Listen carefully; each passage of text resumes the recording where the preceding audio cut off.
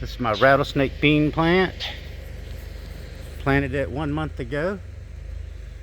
I have found out that it takes 30 days for just about any type of bean vine before it produces in hydroponics.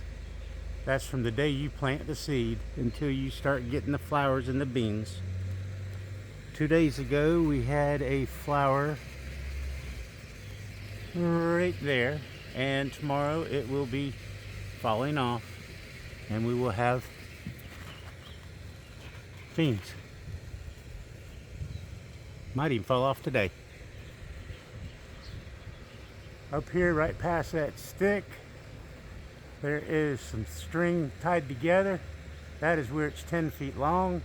I bet it will go to 15 or 20 feet before it quits growing, especially as hot as it's been.